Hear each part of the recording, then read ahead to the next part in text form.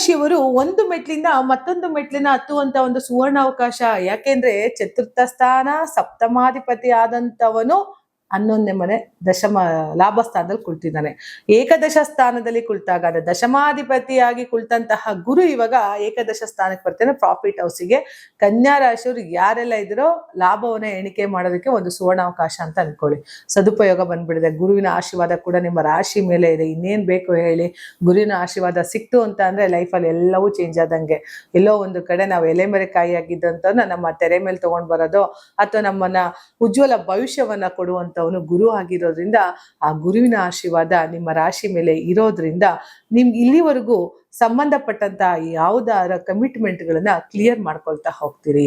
ಜೊತೆಗೆ ಸ್ವಂತ ಮನೆಗೆ ಹೋಗುವಂತಹ ಅವಕಾಶ ಅಥವಾ ಇನ್ನೊಂದು ಸೈಟಿನ ಖರೀದಿ ಮಾಡುವಂತಹ ಅವಕಾಶ, ಜೊತೆಗೆ ವ್ಯಾಪಾರ ವ್ಯವಹಾರಗಳೇನಾದ್ರು ನೀವು ಮಾಡ್ತಾ ಇದ್ರೆ, ಬಿಸ್ನೆಸ್ ಮಾಡ್ತಾ ಇದ್ರೆ ಉತ್ತಮ ಫಲಿತಾಂಶವನ್ನ ನೋಡ್ತಾ ಹೋಗ್ತೀರಿ ಕನ್ಯಾ ರಾಶಿಯವರು. ಯಾಕೆಂದ್ರೆ ಕನ್ಯಾ ರಾಶಿಯವರಿಗೆ ಗುರುವಿನ ದೃಷ್ಟಿ ಯಾವ್ದ್ರ ಮೇಲಿದೆ ಅಂದ್ರೆ 7ನೇ ಮನೇಲಿದೆ. 7ನೇ ಮನೆ ಏನ್ ಹೇಳುತ್ತೆ? ನಿಮ್ಗೆ ವ್ಯಾವಹಾರಿಕ ಸಂಬಂಧವನ್ನ ಹೇಳುತ್ತೆ. ನಿಮ್ಮ ಸಂಬಂಧ ಏನಿಗೆ, ನಿಮ್ ಗಂಡ ಹೆಂಡತಿ ಸಂಬಂಧ ಹೇಗಿರುತ್ತೆ, ಜೊತೆಗೆ ನೀವು ಮಾಡುವಂತ ವ್ಯವಹಾರ ಹೇಗಿರುತ್ತೆ ಅನ್ನೋದನ್ನ 7ನೇ ಮನೆ ಹೇಳೋದ್ರಿಂದ ನೀವು ಮಾಡುವಂತ ವ್ಯಾಪಾರದಲ್ಲಿ ಅಭಿವೃದ್ಧಿ, ಗಂಡ ಹೆಂಡತಿಯಲ್ಲಿ ಇನ್ನಷ್ಟು ಅನ್ಯೂನತೆಯನ್ನು ಉಂಟು ಮಾಡುವಂಥದ್ದು, ಅಥವಾ ಕನ್ಯಾ ರಾಶಿಯವ್ರು ಯಾರು ಡೈವರ್ಸ್ ಹೋಗಿದ್ರೆ ಅಥವಾ ಕನ್ಯಾ ರಾಶಿಯವ್ರು ಏನಾದ್ರು ಗಂಡ ಹೆಂಡತಿ ಮಧ್ಯೆ ಜಗಳಗಳಾಗ್ತಿದೆ ಅದೆಲ್ಲವೂ ಬಗೆಹರಿದು ಇಬ್ಬರ ಮಧ್ಯೆ ಒಂದು ಸುಮಧುರ ಒಂದು ಸಂಬಂಧ ಬೆಳೀತಾ ಹೋಗುತ್ತೆ. ಇನ್ನೊಂದು, ಈ ಕನ್ಯಾ ರಾಶಿಯವರಿಗೆ ಸಾಲದ ಪರಿಣಾಮ ಆಗ್ತಾ ಇರೋದ್ರಿಂದ ಎಲ್ಲೋ ಒಂದು ಕಡೆ ಅಂತಹ ಗುರು 6ನೇ ಮನೆ ನೋಡ್ತಾ ಇದ್ದಾನೆ. ಸೂಪರ್ ಅಲ್ವಾ? ಗುರುವಿನ ದೃಷ್ಟಿ 6ನೇ ಮನೆಗೆ ಬಿತ್ತು ಅಂತ ಅಂದ್ರೆ ಹೆಲ್ತ್ ಮೇನ್ ಕೆಡ್ತಾ ಇತ್ತು. ಅದು ಉದರಕ್ಕೆ ಸಂಬಂಧಪಟ್ಟಂತಹ ಹೆಲ್ತ್ 6ನೇ ಮನೆ ದೃಷ್ಟಿ ಬೀಳ್ತಾ ಇರೋದ್ರಿಂದ ನಿಮ್ಮ ಹೆಲ್ತ್ ನ ರಿಕವರಿ ಮಾಡ್ತಾ ಕೊಡ್ತಾ ಹೋಗ್ತಾರೆ.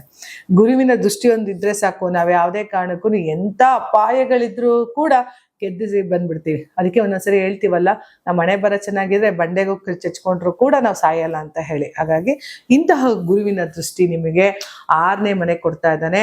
6ನೇ ಮನೆ ಯಾವ್ದನ್ನ ಸೂಚಿಸುತ್ತೆ? ರೋಗಸ್ಥಾನ ಹೇಳುತ್ತೆ, ನಿಮ್ಮ ಋಣಸ್ಥಾನ ಹೇಳುತ್ತೆ, ಋಣ ಬಾಧೆಗಳನ್ನ ಹೇಳುತ್ತೆ, ಸಾಲಗಳನ್ನ ಹೇಳುತ್ತೆ. ಇಂಥವನ್ನೆಲ್ಲ ಕ್ಲಿಯರ್ ಮಾಡ್ಕೊಡ್ತಾನೆ ಗುರು. ಇನ್ನೊಂದು, 3ನೇ ಮನೆ ನೋಡ್ತಾ ಇದ್ದಾನೆ, ತೃತೀಯ ಮನೆ ನೋಡ್ತಾ ಇದ್ದಾನೆ.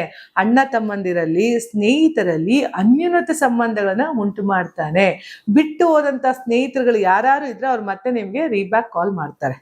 ಯಾಕೆಂದ್ರೆ ಲೈಫಲ್ಲಿ ಯಾವ್ದಾರ ಒಂದು ಒಳ್ಳೆ ಘಟನೆಗಳಿದ್ದಾಗ ಆ ಒಳ್ಳೆ ಸ್ನೇಹಿತರು ಬಂದಿರ್ತಾರೆ, ಕೆಟ್ಟ ಟೈಮ್ ಅಂತ ಬಂದಾಗ ಅವ್ರು ನಮ್ಮನ್ನ ಬಿಟ್ಟು ಹೋಗಿರ್ತಾರೆ.